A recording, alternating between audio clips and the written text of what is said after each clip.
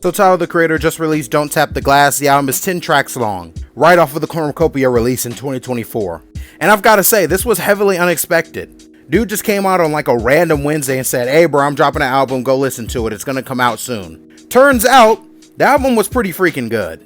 Personally, my favorite song is Don't You Worry Baby. That's just my favorite, I love that song. I feel like the album starts off on, kind of a rhythm pace, and it gets better and better as you go through. The end of the album is definitely strong. I think it's absolutely fantastic. The album as a whole, I'll give it a 9 out of 10. Probably low 9 to high 8 in my opinion. And I don't mean to sound like Fantano. And he's probably going to rank this album way different than I'll rank it because, some of the dude's takes are just ridiculous. Let's just be honest. But yeah, I really enjoyed this listen. I think a second listen is going to be even better. 9 out of 10 off first listen for me is really, really good. Usually a first listen for me is like a 7 or even a 6. Like, I think Jack Boys now is a high 8, but our first listen, I thought it was a low to mid 7. But either way, Don't Tap the Glass is fantastic. Definitely one of Tyler, the Creator's greatest works. The FIFA World Cup Club Final got 81,000 people to attend. The Super Bowl, 65,000. People, I need you to understand one thing. American football is an amazing sport. It's actually one of my favorites. I love it. But football, as in actual football that you play with your feet, is a worldwide sport. Everyone in the world watches it. Everyone from every end of the globe watches this sport. Dude, no matter how you try and place it, American football is not bigger and it's not more influential than football. It's just not. It's not. Messi and Ronaldo are two football players. Now, I love Tom Brady. I love Pat Mahomes. But in terms of influence, it's a reason these two are probably the most famous people on the planet. It's because the whole world watches them. You want to know how many people watch the World Cup? 3 billion, nearly. Billion. And it may even be more than 3. Basically, half the world gets up and watches European football. This man right here is more famous than probably every player in the NFL combined. There's no one that knows a player in the NFL that doesn't know who Cristiano Ronaldo is. I guarantee it. And it's simply due to the fact that he plays a sport that is broadcasted all over the globe. Even you in America, who's never watched any football/soccer in your life, you probably know who this guy is. You probably know who Messi is. There are very few people in Europe or in the rest of the world who know what American football is. Like they have no idea. They think we just play rugby with pads on. If I say Tom Brady, that might ring a bell to a lot of people. But if I say Jamar Chase, people in Europe will have no idea what I'm talking about. But if I say Cristiano Ronaldo anywhere in the world, they'll be, oh, yeah, football player. Yeah, soccer guy. Yeah, I know him. Guys, it's a difference. National sport, worldwide sport. Let's just accept it. Usually I don't speak on awkward situations like this, but let this be a lesson to all of us out there. One that probably going out and cheating on your wife is not a good idea, and doing it in public is an even worse idea. Andy Byron, he resigned following his affair that went viral at a Coldplay concert. Andrew Michael Barron was born in 1974 in Massachusetts. He is a very educated man. He was married to Megan Kerrigan Byron, and I say was because the odds are that probably won't be the case in a couple weeks. He also has 2 sons and resides in Massachusetts and the New York area as well, with the home valued at over $1 million. He's a very rich guy. He also just became the CEO in 2023. Yeah, not a long tenure at all. As for the incident, well, everyone knows about that.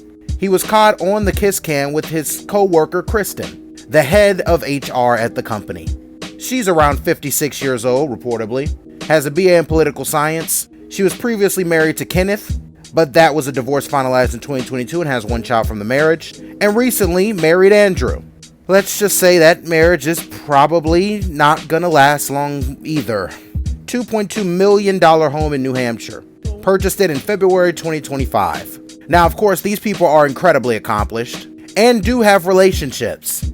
They were both married with children while taking each other out to a Coldplay concert and trying to hide from a very obvious, let's just say, mishap on their part. Yeah, it ain't gonna go down well. I'm not going to judge these people, but I will say that if you are going to have someone on the side, you probably shouldn't do it in public. It's probably not a great idea, especially when you're the CEO of one of the largest companies on the face of the earth. Yeah, prayers up for everyone involved, man.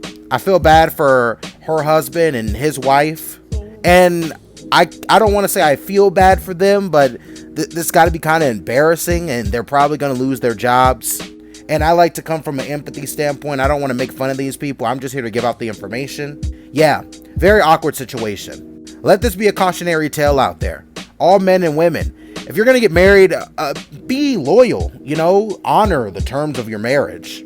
Because incidents like this, it could happen to any one of us. Another day, another dummy thing that President Donald Trump is trying to do. He's threatening the Washington Commanders' ownership because they won't change their name back to the Redskins, a name that a lot of Native Americans found very offensive. And, well, of course, I did some digging. I was like, well, has Donald Trump ever said anything offensive about Native Americans? Of course he has. He's done plenty. What does Donald Trump do that's not offensive? Yeah, it's been very insensitive to the natives of this very land that we really took from them. Yeah, incredible. But again, this is Donald Trump. That's not unexpected. But you want to know what else is not unexpected? The pure hypocrisy.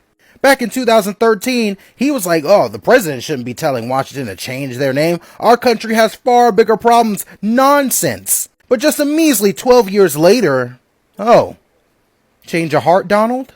I don't know how you guys even voted for this clown. I'm not even going to sugarcoat it. Like, it's ridiculous. This guy does everything but be our president. And when he is our president, he does a pretty crappy job at doing that too. Now, it's not my goal to get on this platform and blame all of America, but it is my goal to point out the ridiculous things that this man does and says. The stuff that offends Americans, the stuff that is not in the best interest of Americans, and the things that are making our country worse, things that he is very responsible for. Look at the big beautiful bill, or the rich tax cuts, or our education system going into shambles, or prices going up, or all the tariffs, or us having a terrible relationship with a lot of international countries, or the 2 wars that are going on, multiple wars actually, that Trump said he was going to end and has not ended yet.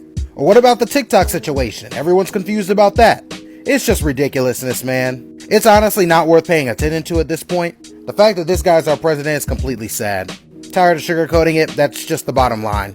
If you voted for this guy, hey, that's all to you. I'm not going to criticize you for that decision. But I will say that I think you probably could have done a little better. Because this dude right here is not helping most of you. We'll just see the next act of the circus.